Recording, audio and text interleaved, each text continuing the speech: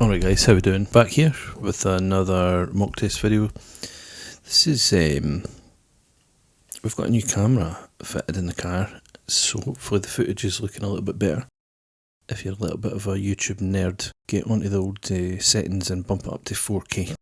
Should look pretty cool. Anyway, right, here we are, got some photos to show you. They've been asked to follow the signs for Hull Beath, and you can see on the board here and on the road that we've got two lanes. It's telling us to pick one. So on the left side you've got M90, on the right side you've got M90 plus Hull Beath, so we need to get the car over to the right lane. So they managed this absolutely fine.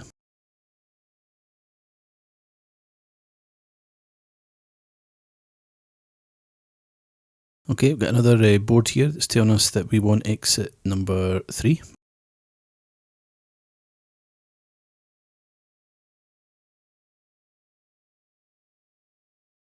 So we enter fine. The exit that we should have been taking is directly ahead of us here.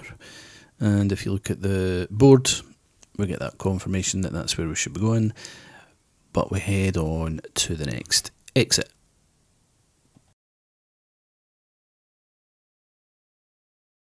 So we go up and find a roundabout, turn and come back down. We're going to try for Hull Beath again from this approach.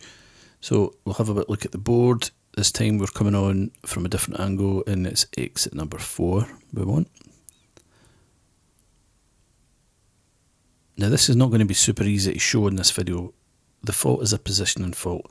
Let me try and show you what I mean. We're on the inside lane. As it stands just now, you can see a little bit of a gap between the car and the curb. This is what you want. You don't want it to be too tight. But watch what happens as we get further round, it goes in, and actually at this point I had to try and pull the car out a wee bit because we were making contact, or almost. So that is the second issue that we've had. So now, skipping forward to a different part of the video. We're on this route with the bends. Got a nice slow speed, nice accurate position going round. In fact, the position right now is spot on. This green arrow, I've fixed it to the car to show how it's almost touching the white line. This is a good position. But as we make our way further up, you might notice the centre line starts to disappear, meaning there's no more guide. So there it's gone. Now watch what happens to this arrow. You can start to see us drifting away for the white line. So we're pushing out so far that at some point I actually had to say, let's bring this back a little bit here, we're too wide. Luckily no oncoming cars at that point. That's going to be fault number 3. Now I'm sure everyone who drives in this area knows exactly where this is. We're doing independent driving, we're looking for Edinburgh A823. You can see here on the board that we need to be getting the car over into the right hand lane on approach to this roundabout that's coming up soon. I want you to have a look in the mirror. See this white car here? It turns out that this white car gets a little bit held up with us. I mean really there's nothing to stop this learner moving over right now, mirror, signal manoeuvre, but they don't. They wait, maybe they're looking to see what's in this next board up here.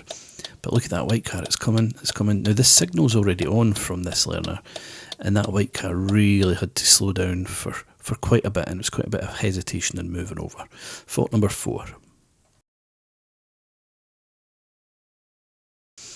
So let's have a little bit of a zoom in here. We're after 823, there it's there, and there it's there. Now if you've got it in both, that means that you're best using the left one, but in this case, look, the learner chose the right hand lane. Now I suspect that was because they seen it in the right and just took it, as opposed to looking at both options. However, it's not a big problem at the moment, because what this lane would let you do, you can see on the road what it lets you do there. We could come off for the A823 on the right lane, and then you could switch back afterwards. But you're about to see that they don't do that. So just to show what they should have done, from here, the green arrow off in that right hand lane, but they make their way just a little bit further round. There's a little bit of a planning fault there. So they end up coming along the city centre, the high street here. Everyone who watches these videos will know if you come out of a stop line, guess what? You're meant to stop. And a lot of people think that they've stopped, but they almost stop. Two faults here. Left signal was needed, and if you keep watching the car, it doesn't stop. It almost stops there, but not quite. Just remember, stop means stop. It doesn't mean almost stop. So there you go, faults 6 and 7. Alright, next instruction here is to still follow the southbound A823. The board's telling us we've got options here, it's left and right lane, so again defaulting to the left. Now this learner knows that, and they did stay on the left hand lane, which is good. That's what we want, that's what we'd recommend. Now there's a little bit of an issue coming up here again.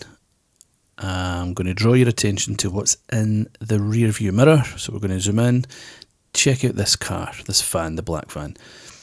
The signal comes on here, which I would say is a little bit early. We don't need that one just yet. Look at the van in the mirror. It thinks the learner wants to move lane, so they're holding them back. Eventually this van decides, oh, maybe they don't want to change lanes, and they come up. So my advice there would be to pop a right signal and maybe just as you join the roundabout so that you don't affect other people.